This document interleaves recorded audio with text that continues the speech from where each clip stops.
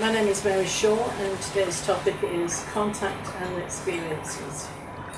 Over the years, I've had many types of contact and experiences. And you may say, well, what is the difference between a contact and an experience? Well, with contact, some people just channel the information, and that to me is open to their own perception of what is actually happening. With an experience, it's actually a physical happening, if there is such a thing as physical. So just to show you the differences, I've had all types of experiences. I've had the physical one-on-one experiences, I've had the interdimensional experiences, subterranean experiences, and I've actually been on ships. One of the most spectacular experiences, should I say, was when we had a resort retreat in the mid-north coast of New South Wales. The day I'm talking about, we had a massage training course there, and everybody had gone home except for the five of us.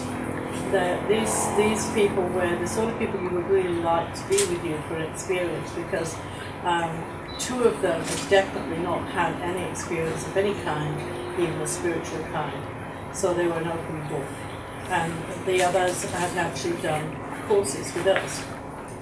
That evening, this resort was on 100 acres in the middle of 2,000 acres, so you can imagine the stars at night were quite spectacular.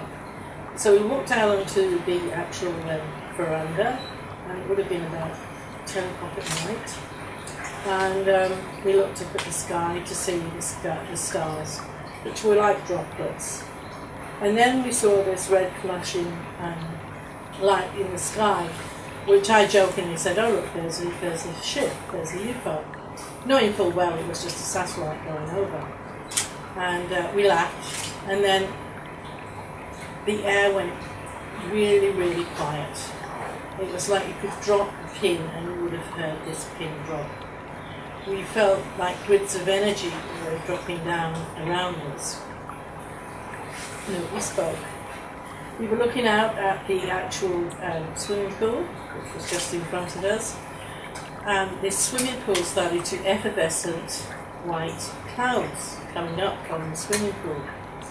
Mike squeezed my hand, so I knew that he had seen it, but the others didn't say anything. So we prefer not to lead people in the sense of putting thoughts in their minds, so we waited.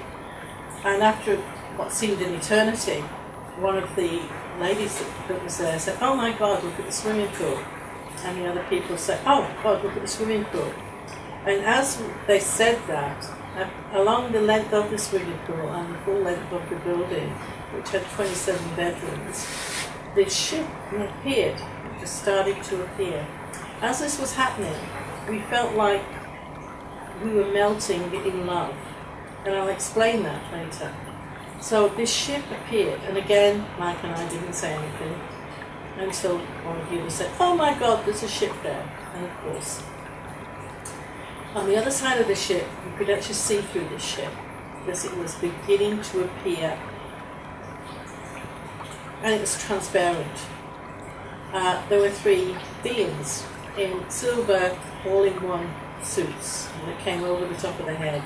And they did have oval eyes, but not large oval eyes. And they telepathically said, we honor you, we greet you, look to your right. Everybody got that message, because we all swung around as though we were watching a tennis game, and looked up in the sky, and there were literally hundreds of different shapes and sizes of ships in the sky. Some of them metallic looking, some of them you could see through. Then it was look in front of you. This place where we were living was surrounded by hills, and we looked in front of the hill, and above the hill this blinding light appeared, and it looked as though the moon lifted itself up and went back down again, obviously an optical illusion. But it was like, well, this isn't me. I'm not making this. Then 2 faces appeared about 30 foot high in the sky. Mike and I had actually seen these type of ET faces before, but this was obviously a hologram, and the faces turned around and showed us every aspect of themselves. Then everything went back to normal. Of course, the people that were with us, they were just crying, and the joy and the love that we felt was amazing. We were told that they would come back. So everybody drifted off to their bedrooms. We went down to our part of the building, which was an apartment at the end of the building with floor-to-ceiling windows. And we preferred not to have curtains because we liked to feel like we were floating in the stars.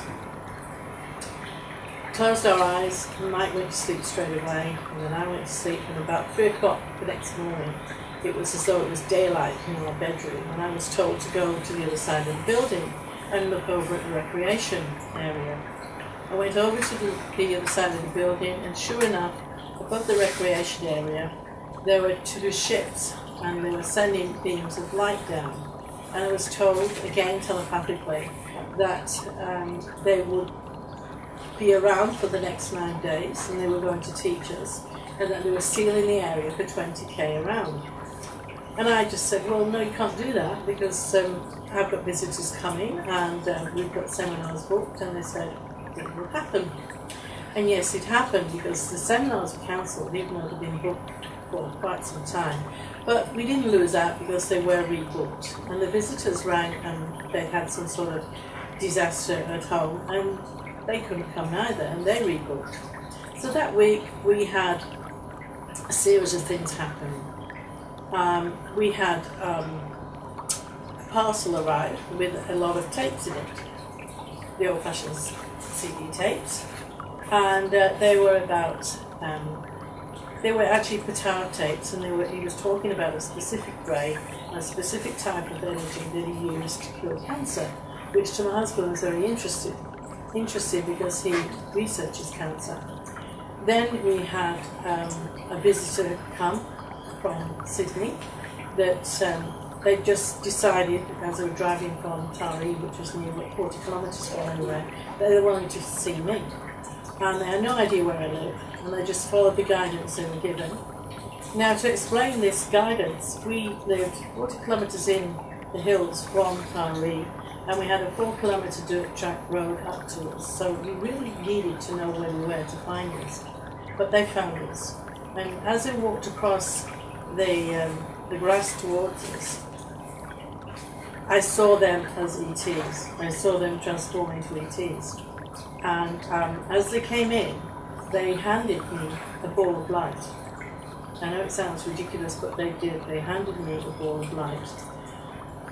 And they said they'd been all around the States just following guidance, and they'd been told that wherever they were going, they were taking a ball of light, and they'd been told to find me. And so I took the ball of light and I placed it in the lounge, the visitors' lounge, in the ceramic egg. And they then spoke all night about different types of ETs, and off they went the next day. Again during that week, one night I said to Mike, well, they're going to visit tonight. And he said, well, you better hurry up, because I'm tired. And we were getting quite blasé about this by now. So Mike and myself went off to bed, and the 2 Cocker Spaniels came into the bedroom and sat next to the bed. So they were on sentry duty. Mike went straight off to sleep. And I was then pulled up into an upright position in bed, and I was looking out through the windows, and I could see a blue-grey tunnel appearing, and I could see Mike and myself walking down this tunnel. So I looked to the side, and of course Mike was still in bed, and I patted my chest, and yes, I was still there. And as I patted my chest, I was paralysed. I couldn't move at all. I then saw us walk down that tunnel, and I saw a blue light come down from obviously a ship, and we were taken up into the ships. Mike was inside one of the ships being shown all of these red glass like plates that were, in their opinion, going to be used for cancer, and lo and behold, they have been used over the years. And I was just busy having a great time around the outside of the ship, which I found I could actually, if I wanted to, merge into the ship and merge out of the ship, so I had this great game going on. So that was one of the things that actually happened, and a lot of information came that week. As far as the actually seeing in the area for 20k, every time we had visitors come in, they would come and if they got out of the car, they would say, you know that, and I'd say, the bridge, and they'd say, yes. We just can't wait to get here. We just felt so loved. And I said, thank you. And that was the sort of thing that was going on. That's just one of the many, many contacts we've had.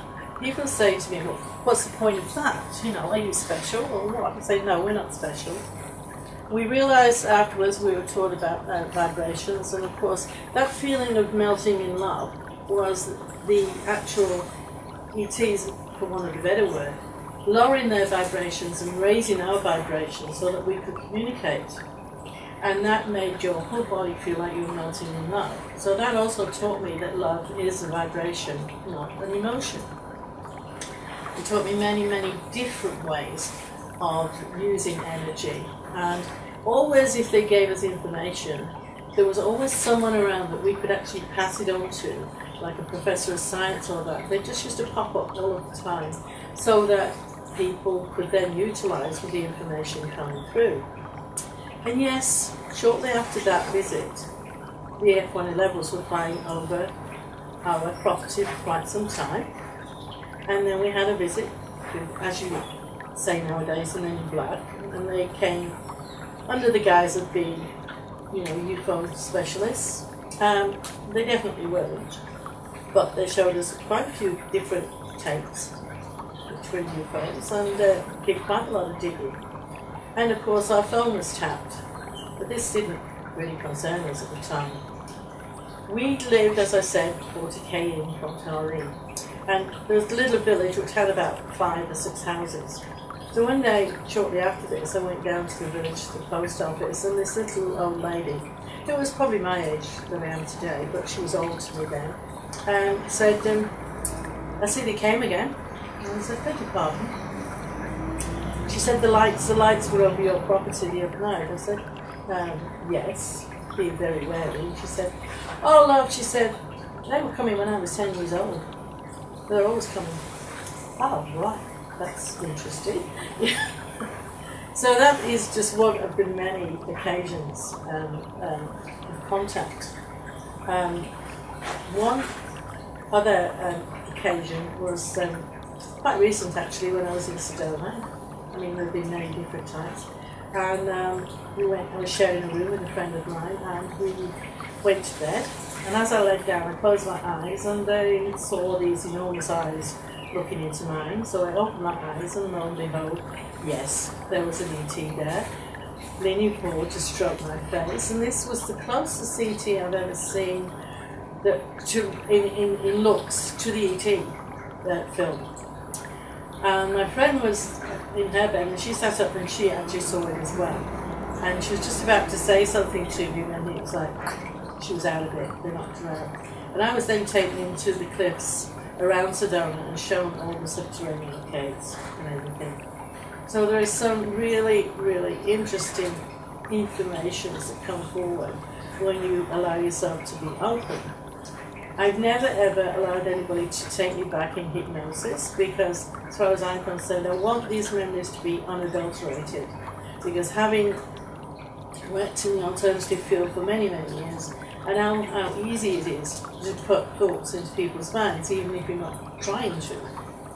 So this is just to confirm that I am quite sane.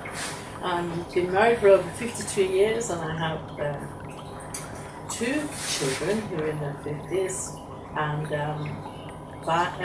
5 grandchildren and 1 grandson, great-grandson. So that, in layman's terms, makes me sane. But sometimes it's good not to be sane. I can quite easily call in ships, which I've done in Peru, and I can quite easily just talk to many, many different types of ET nations telepathically. And again, people say, well, what's the use of that? well, if nothing else, it makes life not boring. But it does explain what is really going on out there in consciousness. And, you know, we do not need to divide nations and beauties, because it's just like we're living on this planet. There are different types. And whatever you perceive is right for you. This has been Mary Shaw. If you'd like to get in contact with me, my details are below.